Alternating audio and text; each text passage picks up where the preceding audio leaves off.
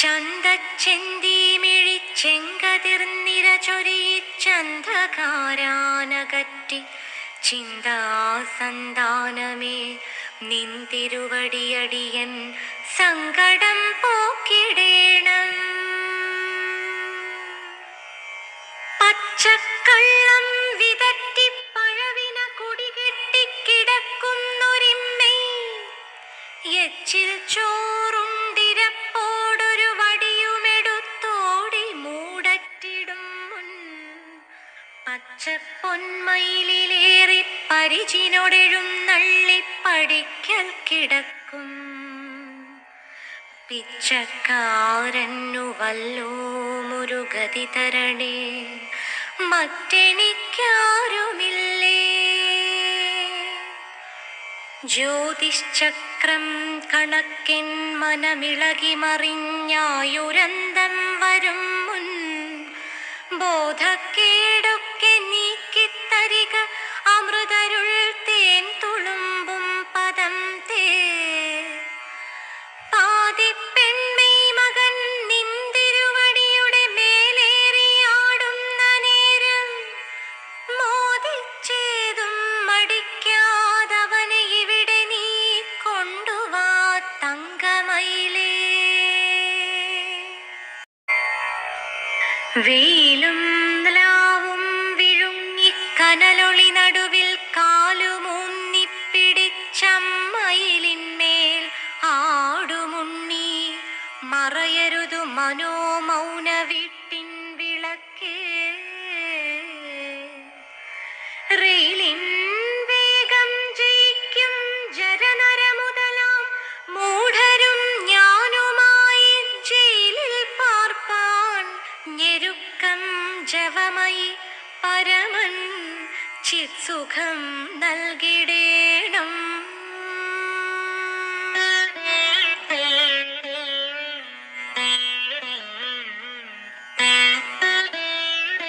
സ്പഷ്ടം ദ്രാവങ്ങു നീങ്ങി ദിനകരനുദയം ചെയ്തു ചന്ദ്രൻ മറഞ്ഞു. തട്ടിത്തട്ടിപ്പെരുക്കി പെരുവെളിയതിലാക്കിയിടുവാൻ പിന്നെ ആട്ടേ. കഷ്ടം ദീനം പിടിച്ചോ മതിരയതു കുടിച്ചോ കിടക്കുന്ന ലോകർക്കുത്തിഷ്ടോത്തിഷ്ഠ ശീഘ്രം നദിയിൽ മുഴുകുവാൻ കാലമായി വന്നിതിപ്പോൾ.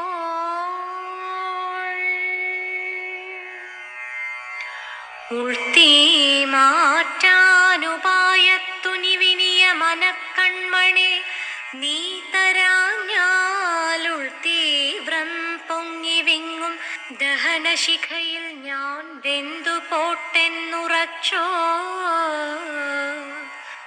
പിച്ചും ഭ്രാന്തം പിടിച്ച പിണി അറുതി വരാനായി വിതറ്റുന്നൊരു പേപ്പട്ടിക്കുണ്ടോ സുബോധം. പിഴകളഖിലവും നീ പൊറത്താളുമല്ലോ.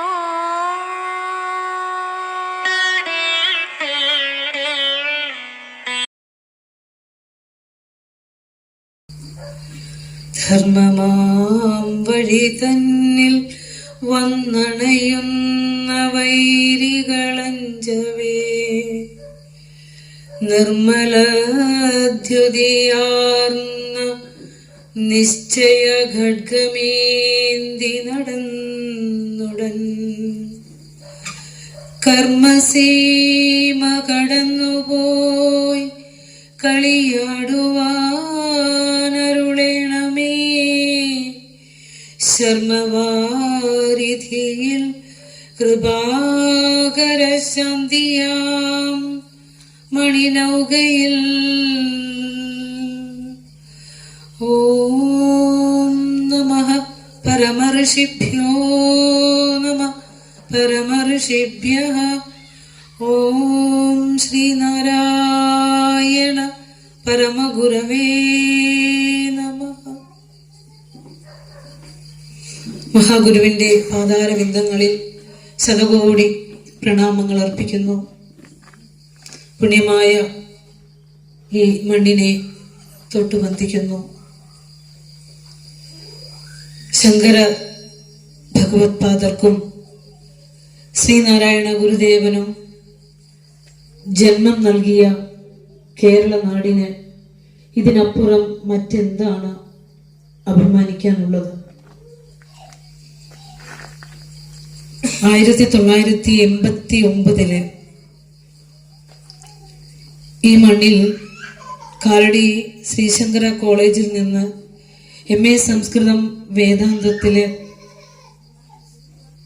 1ാം റാങ്കോടെ പാസ്സാകാനും മഹാത്മാഗാന്ധി യൂണിവേഴ്സിറ്റിയുടെ 1ാം റാങ്ക് കരസ്ഥമാക്കിയ ഒരു ഓർമ്മ പുതുക്കൽ കൂടിയാണ് എൻ്റെ ഇന്ന് ഈ വേദി. അപ്പോൾ ഈ വേദിയിൽ നമുക്ക് തുറവൂർ SNDP ശാഖ നമ്പർ 884 ശ്രീനാരായണ പ്രാർത്ഥന കുടുംബയോഗം സംഘടിപ്പിച്ചിരിക്കുന്ന 26ാമത് കുടുംബയോഗ വാർഷികമാണ്.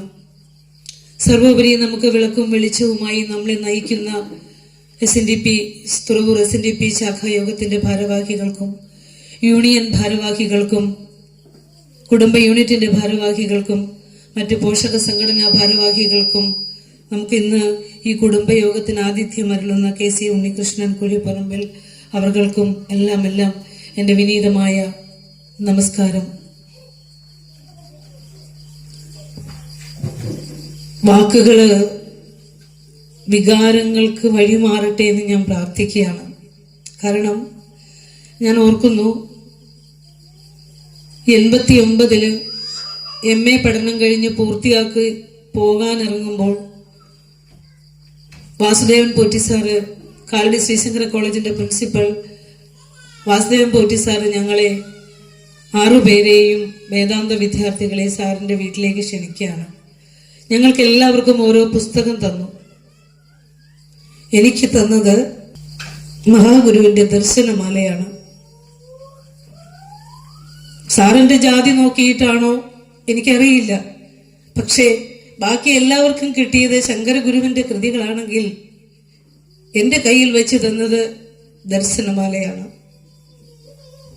പിന്നീട് എനിക്ക് പറയാനുള്ളത് BA 87 വർഷത്തിലെ BA ഫൈനൽ ഇയറില് ശ്രീനാരായണ ഗുരുദേവന്റെ ദർശനമാല എന്ന കൃതി മഹാത്മാഗാന്ധി യൂണിവേഴ്സിറ്റിയുടെ സിലബസിൽ ഉണ്ടായിരുന്നു.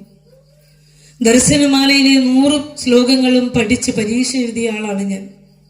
പക്ഷേ അതേസമയം തന്നെ ആ അക്കാഡമിക് വർഷം തന്നെ കാലടി ശ്രീശങ്കര കോളേജിൽ ദർശനമാലയല്ല പഠിപ്പിച്ചത്. സിലബസ് മാറിക്കൊണ്ട് ശങ്കരഗുരുവിന്റെ വിവേക ചൂടാമണിയാണ് പഠിപ്പിച്ചത്. MAക്ക് ഇവിടെ ജോയിൻ ചെയ്തപ്പോൾ, കാരണം വേദാന്തം തന്നെ പഠിക്കണമെന്ന് നിർബന്ധമുണ്ട്, ഇവിടെ വന്നപ്പോഴാണ് പറയുന്നത് ഞങ്ങൾ ദർശനമാലയല്ല പഠിച്ചത്, വിവേക ചൂടാമണിയാണ് പഠിച്ചത്. എന്തായാലും ഞാൻ ഈ മണ്ണിൽ വരുമ്പോൾ ഭഗവാന്റെ കുറെ നിശ്ചയങ്ങളും തീരുമാനമുണ്ടാകാം. കാരണം എന്താണ്, ഒരു കുടുംബയോഗത്തിലേക്ക് വലിയ വലിയ കൺവെൻഷനുകളിലും വലിയ വലിയ തിരുവനന്തപുരം മുതൽ അങ്ങോട്ടും ഇങ്ങോളമുള്ള വലിയ വലിയ കൺവെൻഷനുകളിലൊക്കെ സംസാരിക്കുന്ന നീ എന്തുകൊണ്ടാണ് ഈ ഒരു ചെറിയ കുടുംബയോഗത്തിൽ പെട്ടെന്ന് യെസ് എന്ന് പറഞ്ഞത് എന്ന് എൻ്റെ ഭർത്താവിനും ഒരു സസ്പെൻസ് കൊടുക്കട്ടെ എന്ന് കരുതിയാണ് ഇത്രയും യാത്ര ചെയ്ത് ഞാൻ ഇവിടെ എത്തിച്ചേർന്നത്. ഒരുപക്ഷെ മഹാഗുരുവിന്റെ ഒരു നിയോഗമായിരിക്കാം, ഗുരുക്കന്മാരുടെ അനുഗ്രഹമായിരിക്കാം അത്. ദർശനമാലയിൽ നിന്ന് തന്നെ ഞാൻ തുടങ്ങാം. നമ്മുടെ എത്ര കുഞ്ഞുമക്കൾക്ക് അറിയാമെന്നറിയില്ല, മഹാഗുരു രചിച്ച ദർശനമാല 10 അധ്യായങ്ങളോടുകൂടി രചിച്ച ദർശനമാല ഭാരതത്തിലെ സർവദർശനങ്ങളുടെയും സംഗ്രഹമാണ്. An integrated science of the absolute എന്ന പേരിൽ നടരാജഗുരു അതിനെ ഇംഗ്ലീഷിലേക്ക് തർജ്ജമ ചെയ്തിട്ട് അമേരിക്കയിലെ 5 സർവകലാശാലകളിൽ ഗുരുദേവന്റെ കൃതിയായ ദർശനമാല ഒരു സെമസ്റ്ററിന്റെ പഠനമാണെന്ന് നമ്മുടെ ആത്മസഹോദരങ്ങൾക്ക് ആർക്കെങ്കിലൊക്കെ അറിയോ? അപ്പൊ നമ്മൾ പറഞ്ഞില്ലേ ഗുരുവിന്റെ മുമ്പിൽ കൊണ്ടുവച്ചൊക്കെ എന്താണെന്ന്.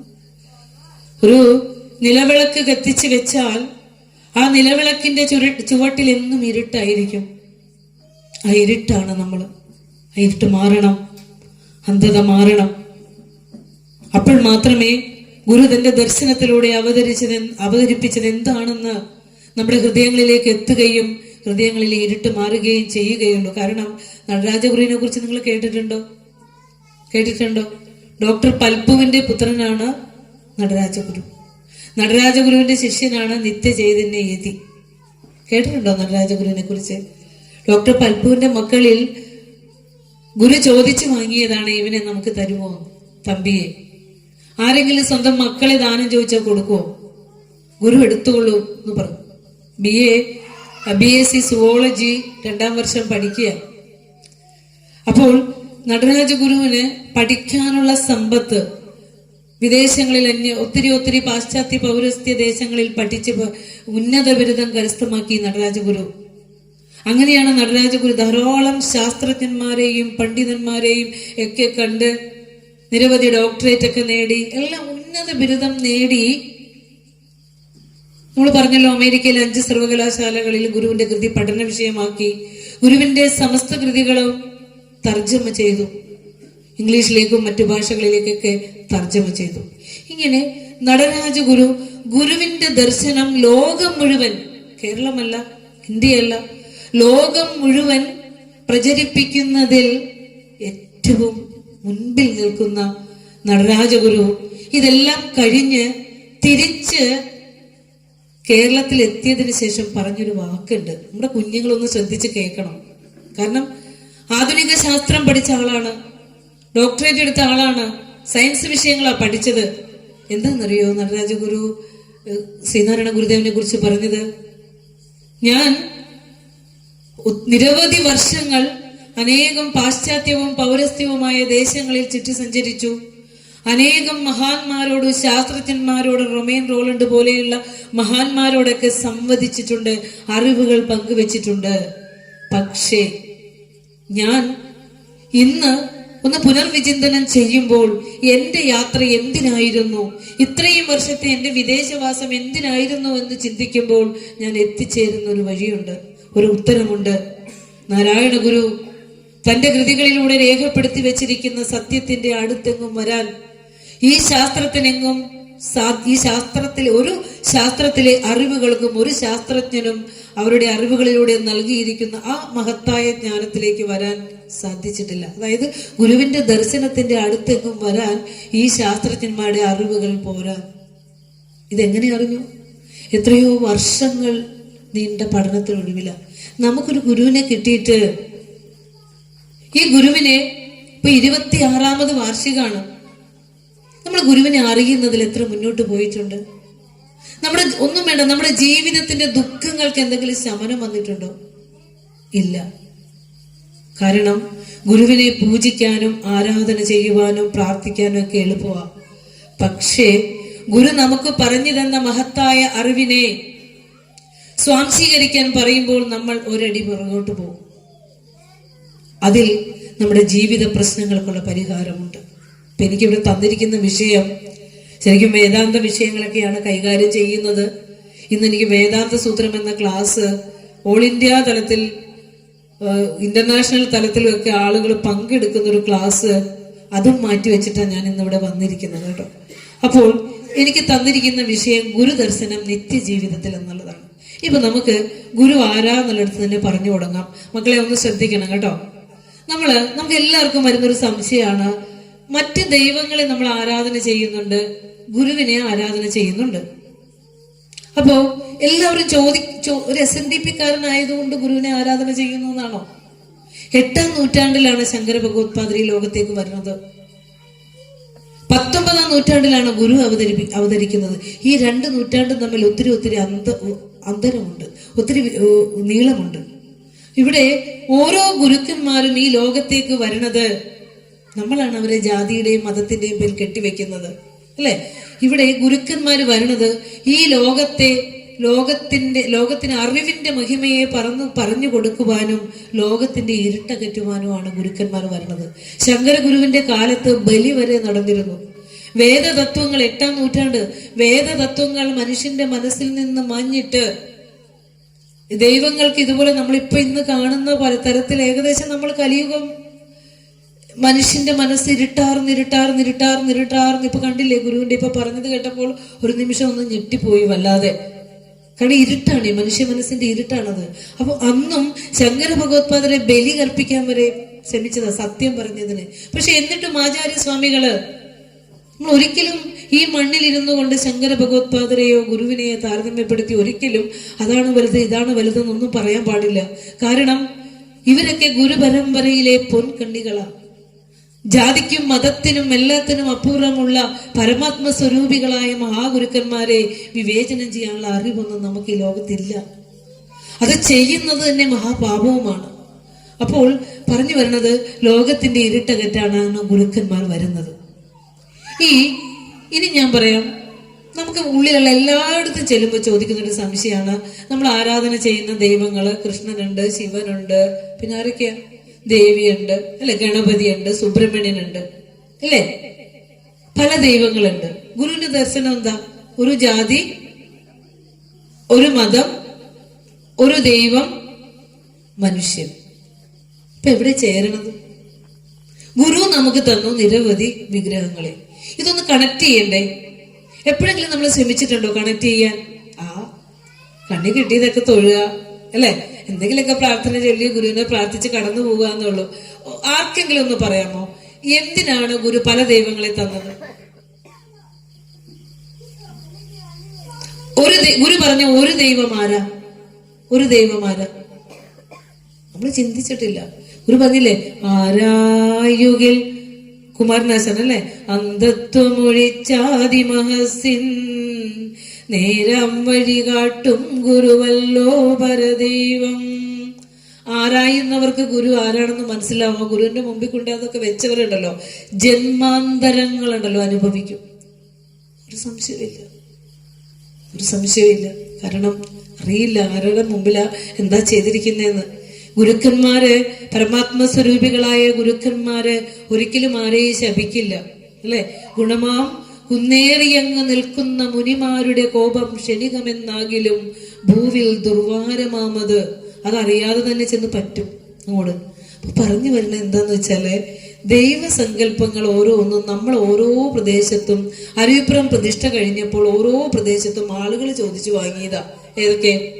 ഗുരു ആദ്യത്തെ പ്രതിഷ്ഠ ശിവനെ വെച്ചു, ശാരദാംബയെ ഗുരുവിന്റെ സ്വന്തം ഇഷ്ടപ്രകാരം പ്രതിഷ്ഠിച്ചത് അതാണ്. പിന്നെ ഉല്ലലയിൽ ഓങ്കാരേശ്വരത്തില് ഓങ്കാരം ബ്രഹ്മപ്രതീകത്തിൽ അവസാനിക്കുക. അപ്പോൾ ഒന്ന് ആലോചിച്ച് നോക്കൂ, ഓരോരുത്തരും ചോദിച്ചു വാങ്ങി എനിക്ക് ശിവൻ വേണം, എനിക്ക് ഗണപതി വേണം. ആ ഗണപതി ഒരൊറ്റ പ്രതിഷ്ഠ ഗണപതി നടത്തിയിട്ടുള്ളത്. അതെവിടെയാ? കോട്ടാറ് അല്ലെ, കന്യാകുമാരി ജില്ലയിലെ കോട്ടാറിലാണ് ഗുരു ഗണപതിയെ പ്രതിഷ്ഠിച്ച് വിനായകാഷ്ടകം എഴുതിയിട്ടുള്ളത്. പിന്നെയൊക്കെ ഓരോ പ്രദേശക്കാരും വിഗ്രഹങ്ങൾ ചോദിച്ചു വാങ്ങി. അങ്ങനെ ചോദിച്ച് ചെല്ലുന്നിടയിൽ മുരിക്കുമ്പുഴ കാളകണ്ഠേശ്വരത്ത് എത്തിയപ്പോൾ ഗുരു പ്രതിഷ്ഠിക്കുന്നത് എന്താണെന്നറിയോ? ഒരു ഫലകത്തിൽ സത്യം, ധർമ്മം, ദയ, ശാന്തി. നമ്മൾ പഠിക്കണത്. കാരണം ശങ്കര ഭഗവത്പാദര് പരമജ്ഞാനത്തെ സംസ്കൃത ഭാഷയിലേക്ക് പകർന്നു തന്നപ്പോൾ അതിന്റെ ഉള്ളറകളിലേക്ക് എത്താൻ ആയിട്ടില്ല മനുഷ്യർക്ക്. പക്ഷേ അതിനെ തന്നെ ആധുനിക ഋഷീശ്വരനായി കലിയുഗത്തിലേക്ക്, ശാസ്ത്രയുഗത്തിൽ അവതരിച്ച ഋഷി നല്ല പച്ച മലയാളത്തിൽ നമുക്ക് വളരെ വ്യക്തമായി ഉപനിഷത്തിന്റെ രഹസ്യം മുഴുവൻ തന്നിട്ടുണ്ട്. ഒരിടത്തും ഓടിപ്പോകണ്ട. അപ്പോ സത്യവും ധർമ്മവും ദയയും ശാന്തിയും എന്തിനാ ഗുരു വെച്ചേ? നമ്മൾ ചോദിച്ചോ? നമ്മുടെ മക്കൾ ഇതൊക്കെ അന്വേഷിക്കട്ടെ. എന്താണ് ഒരു ഈശ്വര പ്രാർത്ഥനയിലൂടെ ഒരു മനുഷ്യൻ എത്തിച്ചേരേണ്ടത്? ചോറ്, കഞ്ഞി അതൊക്കെ ചോദിക്കലല്ല, മക്കളുടെ കല്യാണം, രോഗം മാറലൊന്നുമല്ല. നമ്മളുടെ ശരീരം പ്രാരബ്ധമായിട്ട് വന്നിട്ടുണ്ട്. ഞാൻ ഇന്ന് കുറെ വേദനിക്കുന്ന മുഖങ്ങൾ കണ്ടു, കുറെ പേരുടെ കണ്ണീര് കണ്ടു, രോഗങ്ങളുടെ വിഷമങ്ങൾ കണ്ടു, സങ്കടങ്ങൾ കണ്ടു. ഇതെല്ലാം ഒരു ഗുരുവും നമുക്ക് വെച്ചതല്ല, ഒരു ദൈവവും നമുക്ക് വെച്ചതല്ല. നമ്മൾക്ക് മനുഷ്യജന്മം കിട്ടിയിട്ടും അല്ലെങ്കിൽ ഒരു ജന്മം കിട്ടിയിട്ടും സത്യമറിയാതെ ജീവിച്ച് നമ്മൾ ചെയ്തു വെച്ച കർമ്മഫലങ്ങൾ പ്രാരബ്ധമായി നമ്മുടെ ശരീരത്തിലേക്ക് വന്നതാണ് നമ്മുടെ രോഗങ്ങൾ. ഇനിയെങ്കിലും ഒരു ജ്ഞാന ഗുരുവിനെ കുലത്തിൽ കിട്ടിയിട്ട് ആ ഗുരു നമുക്ക് പറഞ്ഞത് എന്താണെന്ന് ഒരു കൃതിയെങ്കിലും ഈ ജന്മം പഠിച്ചു പോയാലുണ്ടല്ലോ, ഇനി മനുഷ്യ ജന്മത്തിൽ നിന്ന് പതിച്ചു പോകില്ല. അതാണ് നമ്മൾ അറിയേണ്ടത്. അപ്പോ സത്യം, ധർമ്മം, ദയാശാന്തി എന്ന് പറഞ്ഞ മനുഷ്യന് ഈശ്വര ഭക്തിയിലൂടെ എത്തിച്ചേരേണ്ട മൂല്യങ്ങൾ എന്താ? സത്യമുള്ളവരായി മാറുക, ധർമ്മബോധമുള്ള മനുഷ്യരാവുക, നീതിയുള്ള മനുഷ്യരാകുക, ദയയുള്ള മനുഷ്യരാകുക. അവരുടെ ജീവിതത്തിൽ അവരനുഭവിക്കേണ്ട ഗുണം ശാന്തിയാണ്. എത്രയൊക്കെ ദൈവത്തിന് പ്രാർത്ഥിച്ചിട്ട് ശാന്തി കിട്ടുന്നുണ്ടോ? എത്ര കാലമായി പ്രാർത്ഥിക്കാൻ തുടങ്ങിയിട്ട് ശാന്തി സമാധാനം കിട്ടുന്നുണ്ടോ? ഇത് എവിടെന്നെങ്കിലും പുറത്ത് നിന്നാ പിടിച്ചോന്ന് പറഞ്ഞ് തരണാണോ? ഇല്ല. നമ്മുടെ ഉള്ളിലെ ഒരു വിളക്ക് നമ്മളെയൊക്കെ ജന്മം നൽകിയ സമയത്ത് ബീജവും മണ്ഡവും ചേർന്ന് നമ്മളൊക്കെ ഒരു അണുവായി അമ്മയുടെ ഗർഭപാത്രത്തിലേക്ക് രൂപം കൊണ്ട സമയത്ത് നമ്മുടെ ഭൂതവും ഭാവിയും വർത്തമാനവും വിദ്യാഭ്യാസവും വിവാഹവും സകലതും അവിടെ കാൽക്കുലേറ്റഡ് ആണ്, ചെയ്തിട്ട് തന്നിട്ടുണ്ട് അല്ലെ? അപ്പൊ എന്തിനാ ഗുരു എനിക്കിങ്ങനെ വെച്ചേ, എന്തിനാ ദൈവമേ എനിക്കിങ്ങനെ വെച്ചെന്ന് ചോദിക്കേണ്ട ആവശ്യമില്ല അല്ലെ? ഇതൊക്കെ താങ്ങാനുള്ള ശക്തിയും തന്നിട്ടുണ്ട്. കാരണം എന്താ? ആ ഉള്ളിൽ കൊളുത്തി വെച്ചിരിക്കുന്ന ആത്മപ്രകാശത്തെ, അവിടെയാണ് ഈശ്വരന്, അത് തന്നെയാണ് ഈശ്വരൻ. ആ ഈശ്വരീയമായ അറിവിനെ പ്രോജ്വലിപ്പിക്കുന്നതിന് ഗുരു നമുക്ക് നിരവധി സ്തോത്രഗതികൾ തന്നു അല്ലെ? നിരവധി ആശ്രമങ്ങള്, മഠങ്ങള്, നമുക്കിങ്ങനെ ഒരുമിച്ച് കൂടിയിരിക്കാൻ ശ്രീനാരായണ ധർമ്മ പരിപാലന യോഗം, പിന്നെ ധർമ്മസംഘം, ഇതൊക്കെ തന്ന എന്തിനാ? ദുഃഖം മാറാനാണ്, മനുഷ്യന്റെ ശാന്തി അനുഭവിക്കാനാണ്. അത് മനുഷ്യൻ എന്ന് തിരിച്ചറിയുന്നു, അന്നാണ് നമ്മൾ ഗുരുവിലേക്ക് വരുന്നത്. അപ്പോൾ ഈശ്വര ഭക്തി കൊണ്ട് മനുഷ്യൻ എത്തിച്ചേരേണ്ടത് എന്താ ഗുണങ്ങൾ അവരിൽ ഉണ്ടാകേണ്ടത്? സത്യം, ധർമ്മം, ദയ, ശാന്തി. പിന്നെ അത് കഴിഞ്ഞ് ഇവിടെ തൃശ്ശൂർ കാരമുക്കിൽ ഗുരു തന്ന എന്താണെന്നറിയോ? ഒരു വിളക്കാ പ്രതിഷ്ഠിച്ചത്. വെളിച്ചം വരട്ടെ, ഇരുട്ട് മാറട്ടെ. ഇത് കലിയുഗത്തിലെ ധർമ്മമാണ്. എല്ലാ മനുഷ്യ മനസ്സുകളിലും ഇരുട്ടാണ്. ജന്മം നൽകിയ കുഞ്ഞിനെ ആ നിമിഷത്തിനുള്ളിൽ എങ്ങനെ ഇതിനെ ഉപേക്ഷിക്കാം, എങ്ങനെ ഇതിനെ അങ്ങോട്ട് ഇല്ലാതാക്കാന്നാ തീരുമാനിക്കണം.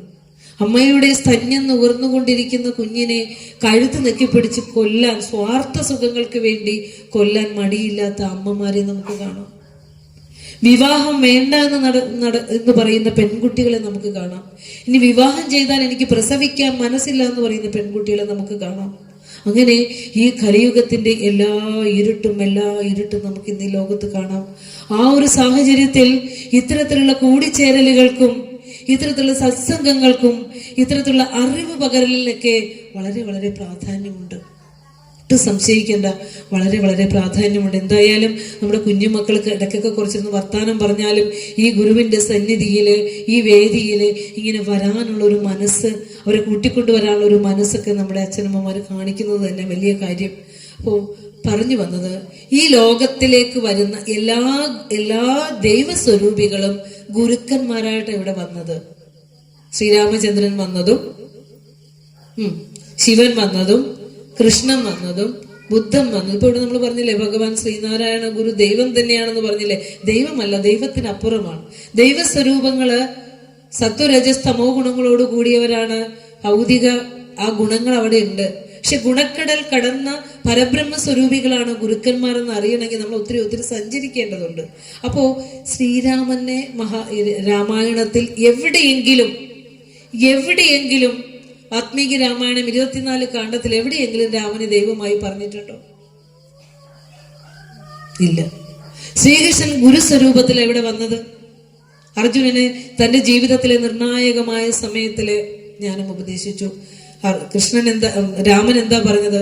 ഭോഗങ്ങളെല്ലാം ക്ഷണപ്രഭാചഞ്ചലം വേഗേന നഷ്ടമാം ആയുസ്സുമോർക്ക് നീ. അല്ലെ? ഈ കാണുന്ന സുഖഭോഗങ്ങളെല്ലാം എത്ര നശ്വരമാണ് ലക്ഷ്മണ. എനിക്ക് ഈ തുച്ഛമായ രാജ്യം കിട്ടാൻ വേണ്ടി നീ എന്തിനാ ഇത്ര ബഹളം വയ്ക്കുന്നത്? അല്ലെ? ഈ ശരീരമാണെങ്കിലോ അല്ലെ, ജന്തുക്കൾ ഭക്ഷിച്ച് കാഷ്ടിച്ചു പോയിടിലാം, അല്ലെ, വെന്തു വെണ്ണീറായി ചമഞ്ഞു പോയിടിലാം. ഈ ഒരു ശരീരത്തിന് വേണ്ടി, ഈ തുച്ഛമായ സുഖഭോഗങ്ങൾക്ക് വേണ്ടി നീ എന്തിനു വഴക്കടിക്കുന്നു? അല്ലെ? ഇത്രയും നല്ല നല്ല നല്ല നല്ല ഉപദേശങ്ങൾ തരികയാണ്. അവിടെയും പറയുന്നുണ്ട് സുഖം. ഈ പറയുന്നില്ലേ, ഗുരു ഗദ്യപ്രാർത്ഥനയിൽ പറയുന്ന പോലെ എല്ലാം സ്വപ്നതുല്യമെന്നല്ലാതെ മറ്റൊന്നും പറയുവാനില്ല. ഇതൊക്കെ ലക്ഷ്മണന് കൊടുക്കുന്ന ഉപദേശത്തിൽ ശ്രീരാമചന്ദ്രനും വെക്കുന്നുണ്ട്. പിന്നെ എപ്പോഴാണ് ശ്രീരാമന് ഈശ്വര പദവി വന്നതെന്ന് വെച്ചാൽ, ഇതുപോലെ തന്നെ മനുഷ്യ മനസ്സുകളിൽ നിന്ന് ഇരുട്ട് കൂടിയപ്പോൾ ശ്രീരാമചന്ദ്രനെ ദൈവിക ചൈതന്യം കൊടുത്ത അധ്യാത്മ രാമായണത്തിലാണ് തുഞ്ചത്ത് രാമാനുജൻ എഴുത്തച്ഛൻ, അല്ലെ? 17-18 നൂറ്റാണ്ട്, ഗുരുവിന്റെ തൊട്ട് പിന്നത്തെ നൂറ്റാണ്ട്, അതിനുശേഷമാണ് ഗുരു അവതരിക്കുന്നത്. അപ്പോ അവിടെയൊക്കെയാണ് രാമായണത്തിലെ രാമന് ദൈവിക ഭാവം കൊടുക്കുന്നത്. അതുകൊണ്ട് തന്നെയാണ് തൃശ്ശൂർ കൂർക്കഞ്ചേരിയിൽ വെച്ചിട്ട് വിഗ്രഹം താ എന്ന് വന്ന് ചോദിച്ചപ്പോൾ ഗുരു പറയുന്നുണ്ട്, ഒരു വിളക്ക് തൂക്കിയാൽ പോരെ? കാരണം ഓടുകയാണ്. കയ്യിലിരിക്കുന്ന കൽപ്പക വിഷക്കനിയെ ഭക്ഷിക്കാതെ കളഞ്ഞ് കാഞ്ഞിരക്കനിയെ തേടി ഭക്ഷിച്ചു പോകുകയാണ്. ഈശ്വരൻ ഇരിക്കുന്ന അവനവന്റെ ഉള്ളിൽ വിളക്കായിട്ട് പ്രകാശിക്കുന്ന ആ ഈശ്വരനെ നമ്മൾ തേടി തേടി എവിടേക്കോ നടന്ന് വീണ്ടും വീണ്ടും വീണ്ടും ഇരുട്ട് കൂട്ടുകയാണ്. അതുകൊണ്ട് തന്നെ ഗുരു ചോദിക്കുന്ന, വിഗ്രഹം വേണോ? വിളക്ക് തൂക്കിയാൽ പോരെ? പിന്നെ ഗുരു ചോദിക്കുക. അത് കഴിഞ്ഞപ്പോ പറയാണ്, വേണ്ട ഗുരു, വിഗ്രഹം തന്നെ വേണം. അപ്പൊ പറയാണ്, ശ്രീരാമൻ, ശ്രദ്ധിച്ച് കേൾക്കണം നമ്മള്. ഗുരു ആരും, നമ്മുടെയൊക്കെ വീട്ടില് പൂജാമുറിയിൽ ഗുരു ഇപ്പോഴും സ്ഥാനം പിടിച്ചിട്ടുണ്ടോ? മറ്റു ഗുരുക്കന്മാരെയൊക്കെ നമ്മൾ പിടിച്ചു വെച്ചിട്ടുണ്ട്, പക്ഷെ ഗുരു സ്ഥാനം പിടിച്ചിട്ടുണ്ടോ? 171ാമത് ജന്മദിനം കഴിഞ്ഞിട്ടേ ഉള്ളൂ, ആ ജയന്തി കഴിഞ്ഞു. 100ാമത് 98ാമത് മഹാസമാധി കഴിഞ്ഞിട്ടേ ഉള്ളൂ. യുഗങ്ങളെടുത്തു ശ്രീരാമനും കൃഷ്ണനൊക്കെ എന്താ പറയാ നമ്മുടെയൊക്കെ പൂജാമുറിയിൽ വരാൻ. പക്ഷെ ഇവിടെ 171 വർഷം കഴിഞ്ഞപ്പോൾ ഗുരു സശരീരനായിരിക്കുന്ന സമയത്ത് തന്നെ ഗുരുവിന്റെ പാദകങ്ങളും ഫോട്ടോയും ഒക്കെ വെച്ച് ആരാധന ചെയ്ത് പ്രാർത്ഥിച്ചിരുന്ന സർവ്വലോകാനുരൂപനായ ഗുരുദേവൻ ഗുരുവിന്റെ ഈശ്വരീയതയും നന്മയൊക്കെ അറിഞ്ഞിരുന്നു. അപ്പോ എന്തിനാ ഞാൻ ഇതിങ്ങനെ പറയണേന്ന് വെച്ചാൽ, അപ്പൊ ഗുരു പറയുക, ശ്രീരാമനും കൃഷ്ണനും ഒക്കെ ഒരു കാലത്തെ മഹാന്മാരായിരുന്നു. സത്പ്രവൃത്തി കൊണ്ടും ശരീരബലം കൊണ്ടും അവരെ ആളുകൾ പ്രശംസിച്ച് ദൈവതുല്യരാക്കി. ഇപ്പൊ നമ്മള് കൃഷ്ണന് നല്ല മനോഹരമായ ചിത്രമൊക്കെ വരച്ച് ഓടക്കുഴലൊക്കെ വെച്ച് മധുരമായ പ്രാർത്ഥനയൊക്കെ കേൾക്കുമ്പോൾ നമ്മളെ നാമത്തിലും രൂപത്തിലൊക്കെ വീണുപോയി അല്ലെ? വീണുപോയി നമ്മൾ നമ്മൾ പതിച്ചിരിക്കുന്നത്. പക്ഷെ അവിടേക്ക് നിങ്ങൾക്ക് അത് മോശം ആരാധനയാണെന്നല്ല ഞാൻ പറയുന്നത്. ഈ ഈശ്വര സങ്കല്പങ്ങൾക്കും അതീതനായ പരമസത്യത്തെ സാക്ഷാത്കരിച്ചൊരു ഗുരുവിനെ കയ്യിൽ കിട്ടിയിട്ടും ആ ഗുരുവിനെ നമ്മൾ അറിയാതെ പോകരുത് എന്ന ഒരു അർത്ഥമാണ് നിങ്ങൾ ഇവിടുന്ന് എടുക്കേണ്ടത്. കൃഷ്ണൻ പറഞ്ഞു തന്നെ എന്താ, മൂഢന്മാരാണ് എന്നെ, ഞാൻ ദേവാലയങ്ങളിലാണ് ഇരിക്കുന്നത് എന്ന് കരുതുന്നത്, എല്ലാ ജീവികളുടെയും ഹൃദയങ്ങളിൽ ഇരിക്കുന്ന എന്നെ ഒരു വിഗ്രഹത്തിലാണ് ഇരിക്കുന്നത് എന്ന് കരുതുന്നവർ മൂഢന്മാരാണെന്ന് പറഞ്ഞത്. അപ്പൊ നമ്മൾ ഇവിടുന്ന് പോകും, ടിക്കറ്റ് എടുത്ത് ഗുരുവായൂർക്ക് വരും. തൊട്ടു മുന്നിലെ പരബ്രഹ്മ സ്വരൂപനായ ഗുരു ഇരുന്നാലും നമുക്കത് മനസ്സിലായിട്ടില്ല. അവിടെ ചോദിച്ചാലേ കിട്ടുള്ളൂ എന്നാ പറയണേ. തൊട്ടടുത്തൊരു കൃഷ്ണക്ഷേത്രം ഉണ്ടെങ്കിൽ പോലും അവിടെ അന്ത്യത്തിരി കത്തിക്കാൻ നിവൃത്തിയില്ലെങ്കിലും നമുക്ക് അതൊന്നും വേണ്ട, നമുക്ക് പണമുള്ള ദൈവങ്ങളെ മതി, നമ്മൾ പോകും അല്ലെ? അപ്പോ ദൈവസങ്കല്പം എന്താണെന്ന് ശ്രീനാരായണ ധർമ്മത്തിന്റെ 100ാം വാർഷികം ആഘോഷിക്കുന്ന സമയത്ത് നമ്മൾ അറിയണം. 2025 100 വർഷം കഴിഞ്ഞു. 2ാമത്തെ അധ്യായത്തിൽ ദൈവം എന്താണ് എന്ന് പറഞ്ഞു തരണം ഗുരു എന്ന് ഗുരുവിന്റെ ശിഷ്യഗണങ്ങൾ, ആത്മാനന്ദാദി സ്വാമികള് ശിഷ്യഗണങ്ങള് ഗുരുവിനോട് ചോദിക്കുക, ദൈവം എന്തെന്ന് പറയണം. കാരണം ഭഗവാനെ, ദൈവവിശ്വാസ സ്ഥിതിയിൽ അധർമ്മമുണ്ട്. അനേക ദൈവങ്ങളെ വിശ്വസിച്ചുകൊണ്ട് മനുഷ്യർ ഓടുകയാണ് എന്ന് പറയുന്നത് അല്ലെ? ഭാഗവതം പറയുന്നുണ്ട് 3 തരത്തിലുള്ള ഭക്തി: പ്രാകൃതൻ, മധ്യമൻ, ഉത്തമൻ. പ്രാകൃതൻ എന്താണെന്നറിയോ ലക്ഷണം പറഞ്ഞിരിക്കുന്നത്? ഭാഗവതം ഭക്തിക്ക് ഏറ്റവും പ്രാധാന്യം കൊടുക്കുന്ന ഗ്രന്ഥമാണ്. ജീവിതകാലം മുഴുവൻ ഒരു വിഗ്രഹത്തിലാണ് ഈ ദൈവം ഇരിക്കുന്നത് എന്ന് കരുതി അതിനോട് ഭൗതിക സുഖഭോഗങ്ങൾ ചോദിച്ചുകൊണ്ടിരിക്കുന്നവനെ പ്രാകൃതൻ എന്ന് പറയാം. നമ്മുടെ പ്രാകൃതാവസ്ഥ മാറിയിട്ടുണ്ടോ? ഇല്ല. അപ്പൊ ഈ ടീച്ചറെ, ഞങ്ങള് ഇച്ചിരി ദുഃഖവും ദുരിതവും ഒക്കെ വരുമ്പോ ഈശ്വരന്റെ അടുത്ത് പോയി ഇതൊക്കെ ചോദിക്കാതെ എന്ത് ചെയ്യും എന്നാണെങ്കിൽ ഒരു നമ്മളോട് പറഞ്ഞു തരുന്നൊരു കാര്യമുണ്ട്. ഉലകരുറങ്ങിയുണർന്നു ചിന്ത ചെയ്യും പലതും ഇതൊക്കെയും ഒറ്റുപാർത്തു നിൽക്കും, വിലമതിയാത വിളക്കുതിക്കയും പിൻപൊലികയുമില്ലിത് കണ്ടുപോയിടേണം. ഇതറിയാൻ ഭാഗ്യം ഗുരുവിന്റെ ശിഷ്യന്മാർക്കേ ഉള്ളൂ കേട്ടോ. കാരണം വേറെ ആരും ഇത്ര വ്യക്തമായി ഇത്ര മലയാളത്തിൽ ഇത് പറഞ്ഞു തന്നിട്ടില്ല. ലോകരെ ഉറങ്ങി ഉണർന്ന് ചിന്ത ചെയ്തൊക്കെ അങ്ങോട്ട് കടന്നു പോകുമ്പോഴേ ആ ഉറങ്ങാനും ഉണ്ണാനും ചിന്ത ചെയ്യാനും പുണരാനും സുഖഭോഗങ്ങൾ അനുഭവിക്കാനൊക്കെ ആയിട്ട് ഉള്ളിൽ ഒരു ആത്മവെളിച്ചം കത്തിച്ചു വെച്ചിട്ടുണ്ട്. അതങ്ങ് പോയാൽ വിളറി വെളുത്ത് ക്ഷണനേരം കൂടെ എത്ര സുന്ദര കുട്ടപ്പന്മാരൊക്കെ പെട്ടെന്ന് എന്ത് പറ്റും? എപ്പോഴാ ഈ ബോഡി എടുത്തോണ്ട് പോണേന്ന് പറയല്ല, ശവം എപ്പോഴാ കൊണ്ടുപോണേന്ന് പറയാ. ശിവൻ പോയാൽ അല്ലെ, ആ ശിവത്തിനെ കണ്ടുപോയിടണം എന്ന് പറയുന്നത്. ആ ശിവം ദേവാലയങ്ങളിലല്ല, വിഗ്രഹങ്ങളിലല്ല. പിന്നെ എന്തിനാ ദേവാലയത്തിൽ പോകുന്നതെന്ന് വെച്ചാൽ ഉള്ളിലിരിക്കുന്ന ആത്മസ്വരൂപത്തെ കൂടുതൽ പ്രോജ്വലിപ്പിക്കുന്നതിന്, മനസ്സിനെ ഏകാഗ്രമാക്കുന്നതിനുമാണ് ക്ഷേത്രങ്ങള് അപ്പോൾ നമ്മുടെ ഉള്ളിലാണ് തെളിച്ചം വരേണ്ടത്, പുറത്തല്ല. ഈ അറിവ് നമുക്ക് എന്നുണ്ടാകുന്നോ അന്ന് മനുഷ്യ മനസ്സുകളിൽ നിന്ന് ഇരുട്ട് മാറും. അപ്പൊ നമുക്ക് ഇത്തരത്തിൽ ഇപ്പൊ പറഞ്ഞ പോലെയുള്ള പ്രവൃത്തികളൊന്നും ഗുരുവിന്റെ മുമ്പിലേക്ക് നമ്മൾ ചെയ്യില്ല. ഇപ്പോ നിത്യജീവിതവുമായി ബന്ധപ്പെട്ട് പറയുമ്പോൾ ഈശ്വര വിശ്വാസ സ്ഥിതിയിൽ നമ്മൾക്ക് മാറ്റം വരേണ്ടതുണ്ടല്ലേ. ഒരു ദൈവമാണോ എന്ന് ചോദിക്കുമ്പോൾ ഒന്ന് ചോദിക്കുന്ന മനുഷ്യരോട് പറയാണ്, ഒരു സശരീരത്തോടുകൂടി ഇരിക്കുമ്പോൾ തന്നെ ഗുരുവിനെ ആരാധന ചെയ്തിരുന്നു. ആദ്യമായി കോലത്തുകരയിലും പിന്നെ തലശ്ശേരി ജഗന്നാഥ ക്ഷേത്രത്തിലൊക്കെ ഗുരു ശരീരത്തോടു കൂടി ഇരിക്കുമ്പോഴാണ് ഗുരുവിനെ ആരാധന ചെയ്തത്. മനസ്സിലാവുന്നുണ്ടോ? ഇതൊക്കെ നമുക്ക് പറഞ്ഞു കൊടുക്കാൻ അറിയണം. അപ്പോൾ ഗുരുക്കന്മാരായിട്ടാണ് സകല ദൈവങ്ങളും ഈ ലോകത്തേക്ക് വന്നത്. ഇവരെന്താ മനുഷ്യരോട് പറഞ്ഞത്? മനുഷ്യരുടെ മനസ്സിലെ ഇരുട്ട് മാറ്റുക എന്നുള്ളതായിരുന്നു ഓരോ ഗുരുക്കന്മാരും നമ്മളോട് പറഞ്ഞു തരുന്നത്.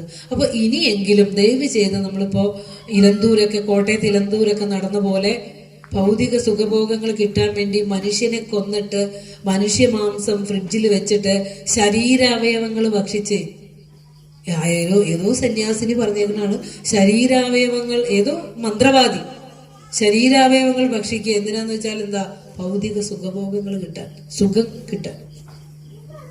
ആലോചിച്ച് നോക്കൂ, അത്ര വരെ മലയാളിയുടെ കേരളീയന്റെ ഭക്തി അധപ്പതിച്ചെങ്കിൽ ഈ ഗുരുവിനെ കിട്ടിയപ്പോ 26 വർഷമായി നമ്മൾ ഗുരുവിന്റെ കുടുംബ യൂണിറ്റിന്റെ വാർഷികം ആഘോഷിക്കുന്നു. ഗുരുവിന്റെ പല കൃതികളുടെയും പേര് ചോദിച്ചാൽ നമുക്ക് അറിയാൻ പറ്റുമോ? നമ്മൾ വെറുതെ നമ്മളോട് ചോദിച്ചു നോക്കിയേ, അറിയില്ല നമുക്ക്. കാരണം നമ്മളെ സംബന്ധിച്ചിടത്തോളം ഗുരു ഒരു വിഗ്രഹവും ആരാധനാമൂർത്തി മാത്രമാണ്.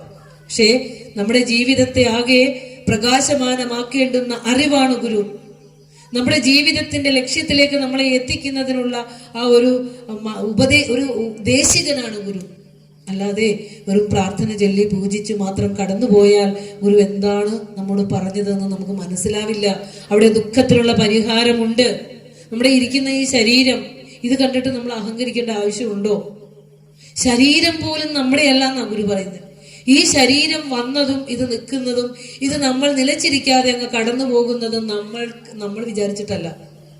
അതിൽ ഈ പ്രപഞ്ചത്തിലെ സമസ്തതിനെയും സൃഷ്ടിച്ച് നിലനിർത്തി തന്നിലേക്ക് ലയിപ്പിക്കുന്ന ഒരു ഈശ്വര ശക്തി എല്ലാത്തിന്റെയും പിന്നിലുണ്ടെന്ന് അറിയണം. അതാണ് ഗുരുവിന്റെ പിണ്ടനന്ദി കൃതി കേട്ടിട്ടുണ്ടോ?